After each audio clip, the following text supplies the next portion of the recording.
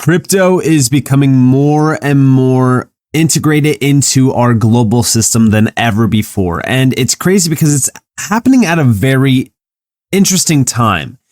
And the reason why I say that's happening at a very interesting time is because if we go back just a couple of years ago, everyone would be celebrating this. But right now, the market is down. Everyone is negative. Everyone is looking at this in a very negative way. And they just simply do not care about what's happening fundamentally. Because again, the price action just simply isn't there. So everyone's looking at it and they're saying, well, if all of this great stuff is happening, why isn't the price action there to support it?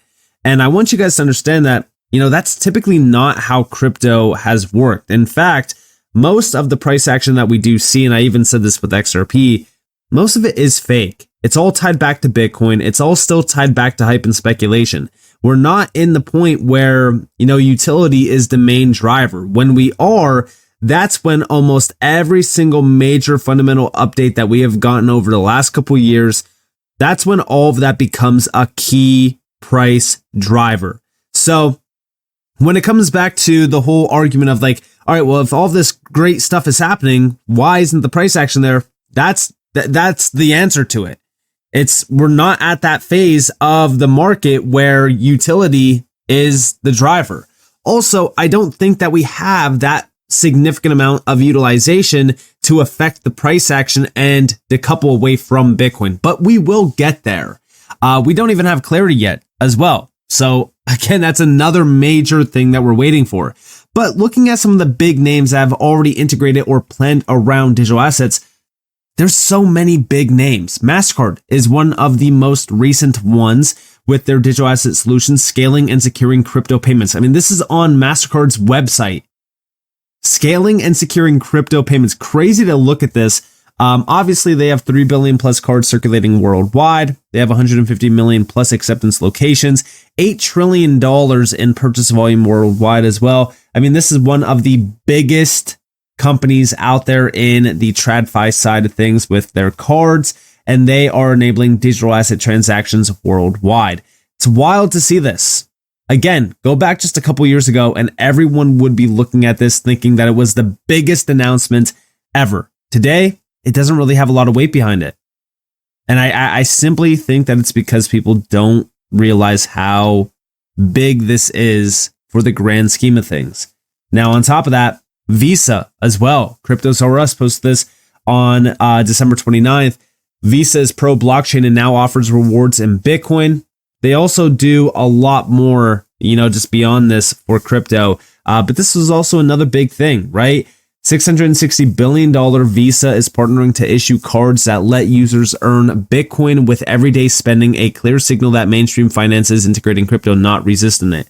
And yeah, almost every single one of these big names are starting to integrate crypto in some way.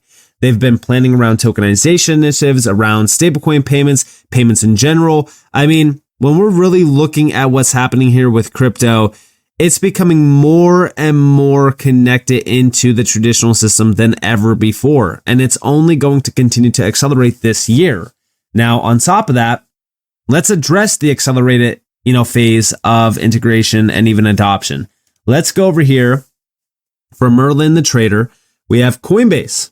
Breaking: Coinbase CEO just confirmed what most still deny. The world's largest financial institutions are deeply integrating crypto. And yes, the US government now holds a strategic Bitcoin reserve. Brian Armstrong, live on CNBC. This isn't speculation. This is the paradigm shift. BlackRock, Fidelity, JP Morgan, Citi, all in. ETFs managing 125 billion plus in Bitcoin and Ethereum. Sovereigns accumulating behind closed doors. Blockchain embedded in banking, settlements, custody. This isn't retail driven anymore. This is global financial architecture being rebuilt. Bitcoin isn't a bet, it's the new baseline. The most powerful players on earth are positioning. If they're all in, why are you still on the sidelines? Adoption isn't coming, it's already here. Block by block, act accordingly. Now, this video clip is not new, right? It's from like the beginning and middle of December. I'm going to play this video clip real quick though, only because it's 25 seconds long, because I want to go over this real quick in depth and really kind of show you guys where we're headed. The United States government has a strategic Bitcoin reserve now, right? Like, what bigger kind of endorsement might you have of like, this is here to stay? And then the largest financial institutions and fintech companies in the world are all integrating crypto in some way, shape, or form, whether it's stablecoin payments or eventually they'll be raising money on chain, doing corporate debt on chain. So I think at this point, crypto is here to stay, and we'll look back at 2025 as that year where the regulatory clarity finally happened. So yeah, I mean, listen, if we are looking at what's happening here going into 2026, it's crazy that all of this is happening. Obviously, like I said in the beginning of this video, clarity. We still need clarity, but already these big players are lining up. I think that they are prepared for clarity already, but once we see that fully go live, the green light across the board turns on. That's going to be the biggest moment for crypto, in my opinion. And it's going to be a moment that we look back on and reflect on for the next, 2, 3, 4, 5+ years, because we're going to be looking at it and saying, that's the moment that everything kicked into overdrive. Now, talking more so about this, why do I believe Coinbase's CEO, aka Brian Armstrong? Well, because if we go back to the beginning of December, he did say that major US banks are partnering with the exchange on pilots involving stablecoins, custody, and trading. You got to remember that this is somebody that is talking with these big institutional players. He's in these meetings. He's talking to them about what their plans are. Also, operating one of the largest crypto exchanges, obviously, yes, they want to tap into the exchange to offer specific services, being, the main custodian of all of this stuff. Now, if we're thinking about this did lead to a few big things, like, for example, PNC. This was a big announcement back in the beginning of December. Again, a lot of these announcements going unnoticed. Nobody's really caring about them because, again, price action just simply isn't there. But this was a huge update. We have today marks a major milestone for institutional crypto adoption. PNC is now going to be tapping into crypto as a service through this is their crypto as a service platform, where they are going to launch direct Bitcoin trading for their private bank clients, the first to market with such an offering among the major US banks. Huge update. Then, prior to this, Citi, back in October, again, down market, nobody cares, nobody's looking at this, nobody's paying attention. Citi's building the future of payments with Coinbase, exploring making it easier for Citi clients to use digital assets, unlocking the power of stablecoins for payments, improving on and off ramps. Again, I already included a lot of this in previous videos. The reason why I'm bringing these back up is to support Brian Armstrong's overall breakdown here, which is, institutional players are lining up en masse, and it's only going to continue going into, again, this year. I could just imagine what's going to be announced this year around the big banks. Now, on top of that, we recently just heard from Uphold as well, where they gave us a breakdown that financial institutions won't stay competitive by merely touching on-chain infrastructure. They'll need to operate on it. Customers demand the speed, transparency, and programmability that legacy systems can't match. This is Uphold CEO. Check this out. Why should TradFi own a piece of on-chain's future rather than just interact with it? I know you know what they bring to the table. I don't think they should own a piece of on-chain. I don't think it's about ownership. I think it's more about understanding the benefits of on-chain technology and blockchain adoption. Our business is a platform that allows TradFi companies to move on chain very quickly. We can get you to market in 90 days as opposed to, 2 or 3 years if you try and build it yourself. And Robin O'Connell is in the audience here, who runs that business. We've been pushing that business for 8 years, and it has been really hard work.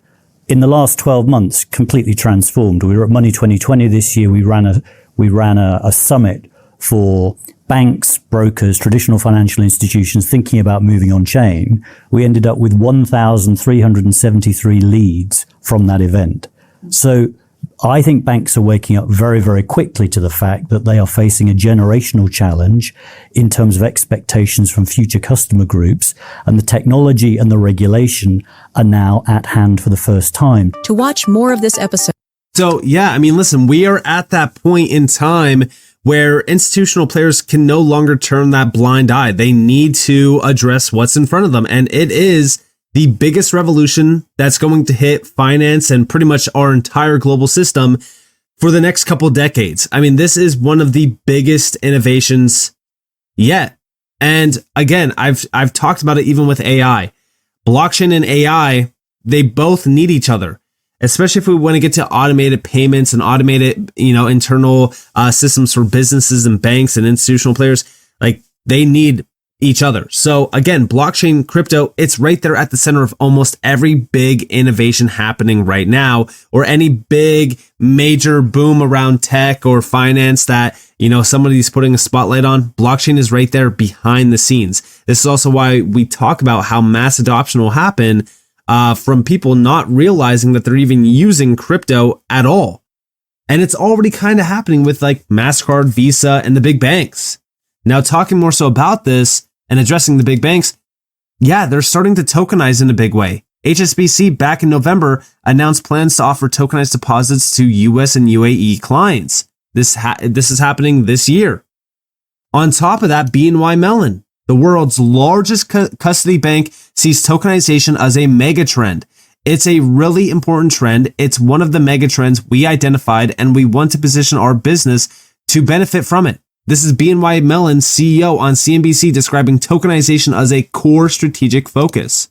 Can you go into digital assets and sort of this trend toward tokenization and how that plays into the business model a bit? Yeah, sure, Carl. It's a really important trend. It's one of the mega trends. We identified a series of mega trends about a year ago, and we said we want to position our business, invest in those capabilities that will allow us to benefit from those mega trends. Because while we want to drive and are driving organic growth, we also want to make sure that we're attaching ourselves to these big market cycles. And digital assets is one of them.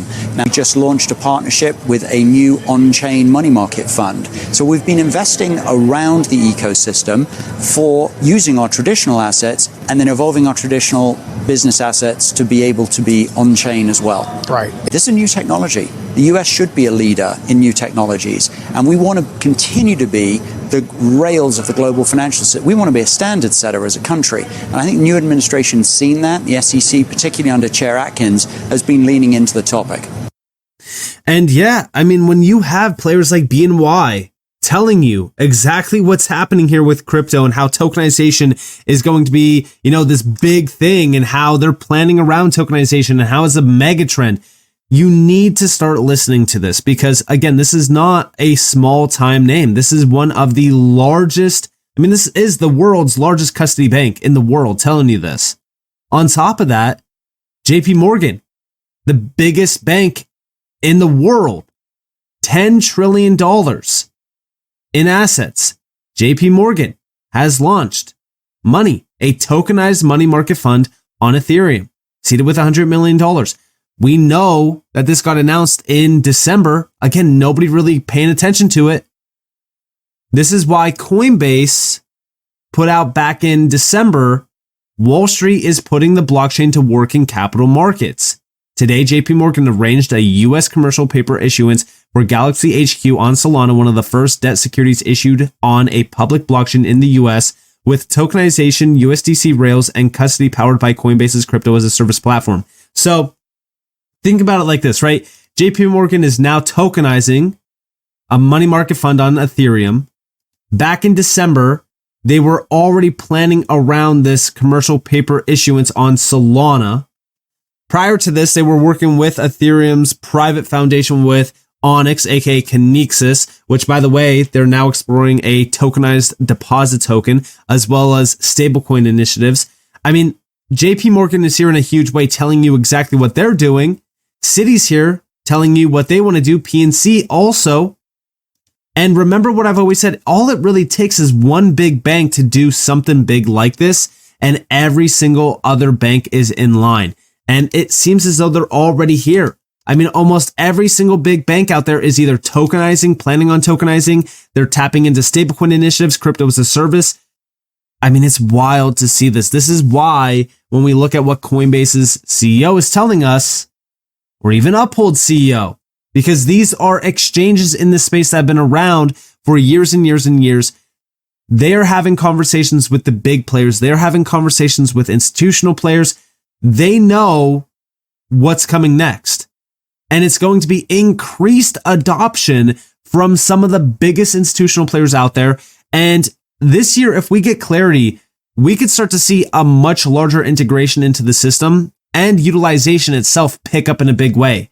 That's where we start to see that decoupling away from Bitcoin. That's where we start to see utility play a big role in value if the demand is significant enough, which is a key thing to focus on. But we're obviously at the point in time where institutional players are at, that stage of it's adopt or die. And we could see what choice they're making here. They're adopting. So with that being said, I hope that guys enjoyed this video.